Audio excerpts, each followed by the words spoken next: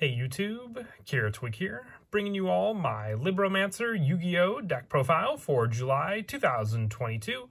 This is a new TCG exclusive deck that was released in the Battle of Chaos set. We actually got some more support for it in the Dimension Force booster set, so I'll definitely be looking forward to update this deck if we get any more cards revealed in the Power of the Elements set, which by the time this video uploads, there definitely might be some cards revealed in that set as well. But it's a deck that focuses on getting out the many different ritual monsters. It really does give a JoJo's Bizarre Adventure type of vibe to the ritual monsters, kind of looking like stands for the main deck effect monsters. So a really cool take on the deck as a whole for these monsters. So let's go ahead and get started with the deck profile. So for the main deck monsters, I am running 3 Libromancer Fire. You can reveal 1 ritual monster in your hand to special summon this card from your hand. If this card is special summoned, you can add 1 Libromancer monster from your deck to your hand except for Libromancer Fire. You can use each effect of fire once per turn. So just having one of your different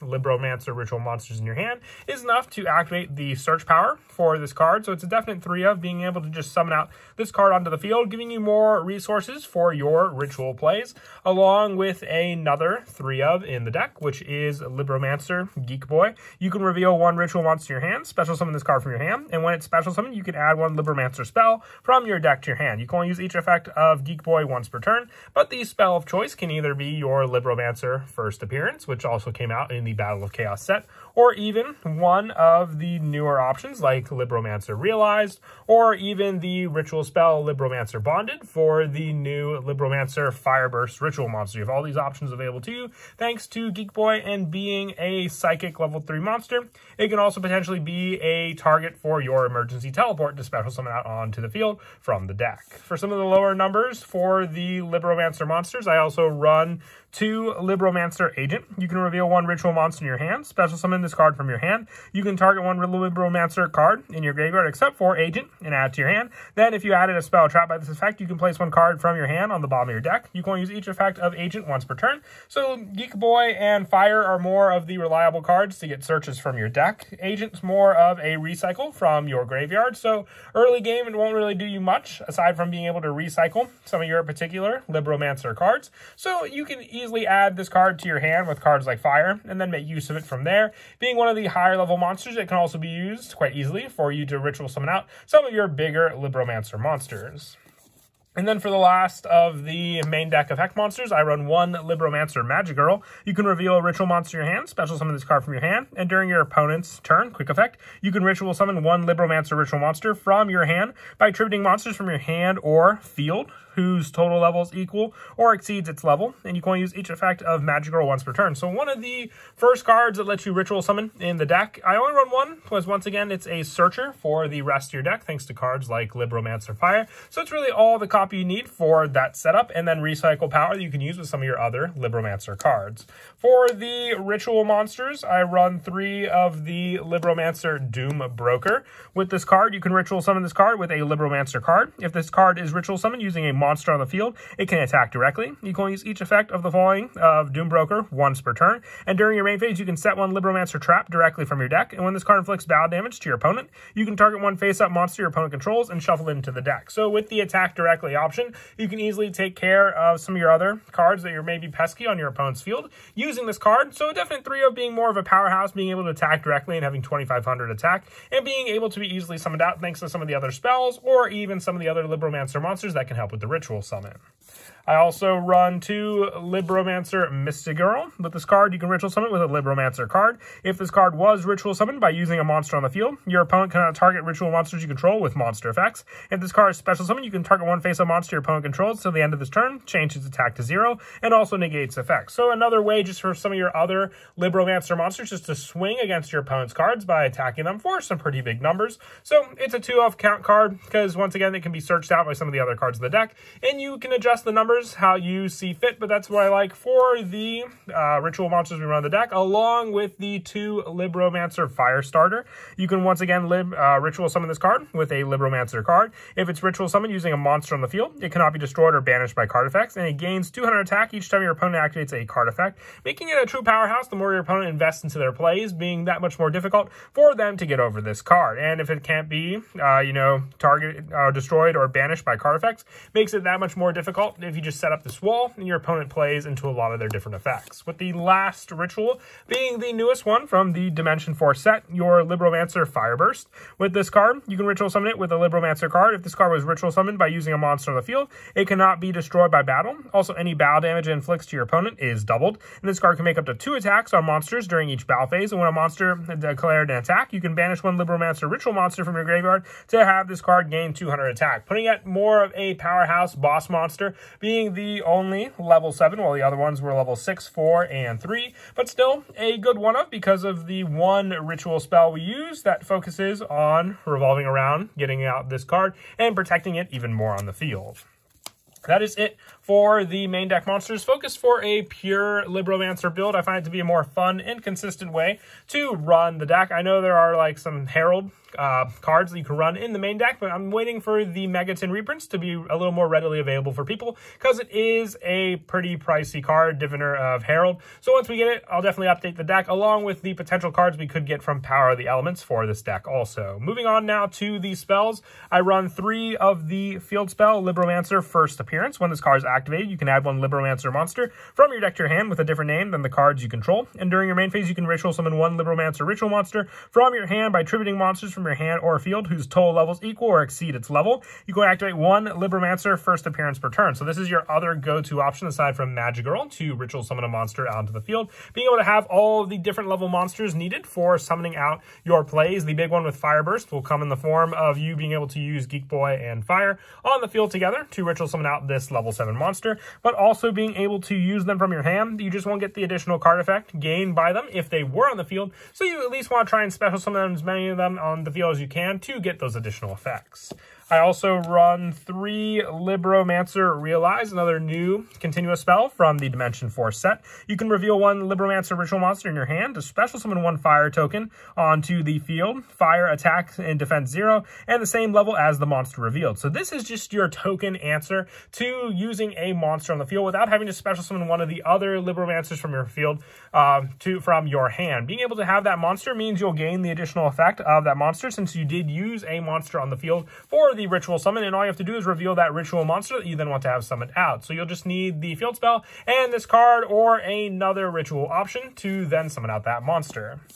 And I also run 1 of the Libromancer Bonded. This card can be used to ritual summon any Libromancer ritual monster. You must also tribute monsters from your hand or field whose total levels equal or exceed the level of the ritual monster. If you ritual summon your Fireburst with this effect using Firestarter on the field, it can not be destroyed or banished by card effects. So with your Fireburst effect, using your Firestarter on the field gives you more of a play setup with your ritual monster being your Fireburst and Firestarter going into this card, giving you more of an immune to card effects kind of play because Fireburst, if used a monster in the field, cannot be destroyed by battle, and also making it immune by destroyed by battle or card effects makes it almost indestructible on the field in total when you can use this card. I only run 1 of this card because it can be searched quite easily with the special summon to add a Libromancer spell using Geek Boy, and the only other benefit will come in the form if you were to summon out this specific ritual monster.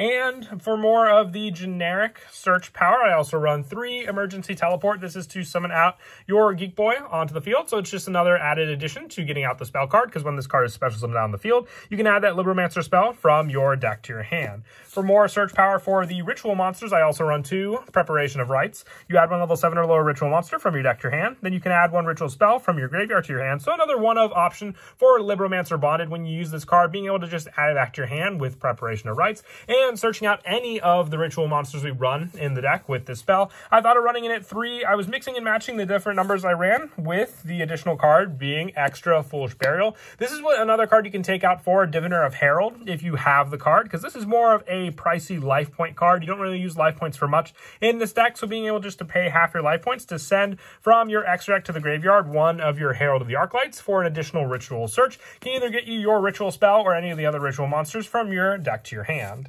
And for more of the generic spell lineup, just the 1 Terraforming for searching out the field spell, which, activates a lot of our ritual plays, and 1 Call by the Grave to stop any of our opponent's disruptions for any of our special summons, whether it be with Emergency Teleport if they were to Ash Blossom, or one of our monsters on the field activating their search effects, and then using Effect Veiler to stop them. And then as for the traps, for the Libromancer traps, I'm running 2 Libromancer Displaced. Target 1 Libromancer monster you control and 1 monster your opponent controls. Return your monster to the hand, and if you do, take control of that opponent's monster. And if your Libromancer monster you targeted was not a ritual monster, that monster you took control of returns to the hand during the end phase. So if you use the ritual monster, you get to keep that opponent's monster, which can be a big bonus depending on what the monster was. And this trap search can help depending on which Libromancer card we used for the search, being able just to set 1 Libromancer trap thanks to Libromancer Doombroker.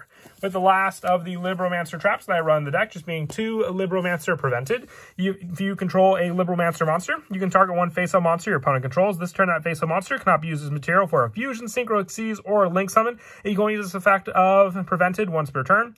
And once per turn during the end phase, if you control no Libromancer ritual monsters, send this card to the graveyard, which is an easy requirement to meet. It's just here to stop your opponent from using that potential resource they wanted on the field for any of their big go-to plays. With the last of the traps in the deck just being 3 Infinite Impermanence, just preferred this over Ash Blossom as the hand trap of choice. If you wanted to run Ash Blossom, you can always mix and match your extra Foolish Burial spots with Preparation of Rites, taking them out for an additional spot for that hand trap. And that is it for the main deck. We'll now move on to the extra deck. I run 2 Herald of the Arclight for the search power with extra Foolish Burial, or if you ran Diviner of Herald and you took out the extra Foolish Burial spots for that card, just a card to send to the graveyard to gain additional search for your ritual monsters or spells. And then running more of a generic lineup depending on what we can go for in the deck, having fire and wind monsters. I do run 1 Wind the Wind Charmer and 1 Heat of the Fire Charmer for the options to use my opponent's resources in their graveyard for more ritual plays. Also 1 Doolittle Chimera and 1 Great Fly, more power burst and power boosting options for our monsters on the field, along with 1 Cross Sheep, 1 Barricade Board Blocker, 1 Underclock Taker, 2 Nightmare Phoenixes for more of the back row clearing, so then your direct attacks with your Doombroker can hit. And then 1 Nightmare Cerberus, 1 Apollosa, and 1 Access Code Talker for the rest of the ritual monsters. If you don't have Access Code Talker, you can always use Boral Sword as another replacement spot. And then lastly, the 1 number 41 Buguska for stopping your opponent's attack position monsters with some of the level 4 monsters that we do run, like Libromancer Fire and also Magic Girl, and then even going for some of the ritual plays if need be to overlay into.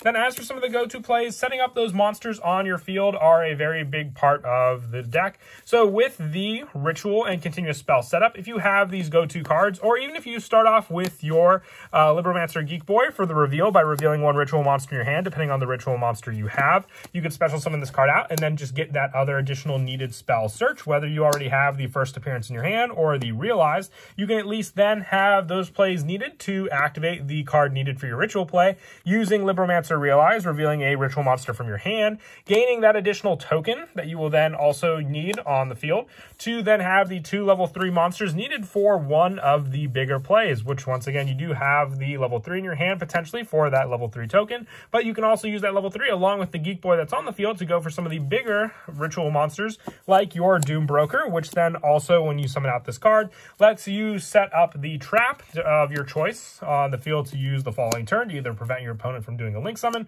or even just taking that own monster that they had on the field to use and still hit directly with one of your ritual monsters for some direct damage against them. But that is it for the deck profile. I hope you all enjoy the video. Like I said, I've been wanting to update and make the Libromancer deck for quite a while now, so glad I was finally able to do so. It's a really, really awesome ritual deck, and hopefully we'll get some more support for it in the Power of the Elements set. And as always, until next time, please don't forget to leave a like and subscribe, and Kira Twig out.